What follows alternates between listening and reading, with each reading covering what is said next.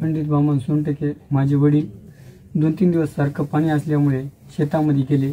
शेतातून वावरात धान खराब झाले असल्यामुळे घरी आले, रडले। आमच्या चुलत्यांना धरून शेतातून आणल्यामुळे जरासं बसले घंटाभर।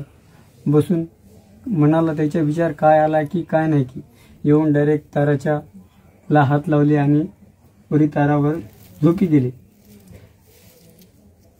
वडील, आई, 2-3 बहिणी आहेत।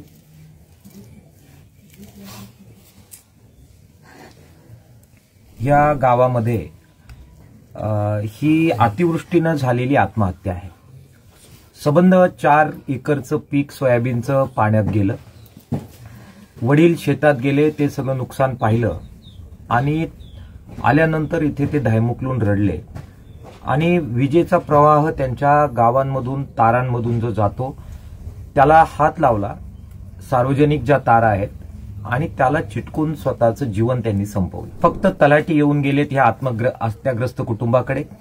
अद्याप कलेक्टर आलेले नाहीत, बाकी कोणतेही प्रशासकीय अधिकारी आलेले नाहीत, कोणतीही मदत या कुटुंबापर्यंत पोहोचलेली नाही। आम्ही सगळे बरोबर आहोत, लढू, याच्यातून मार्ग काढू, परंतु आत्महत्येचा विचार कुणीही करू नये।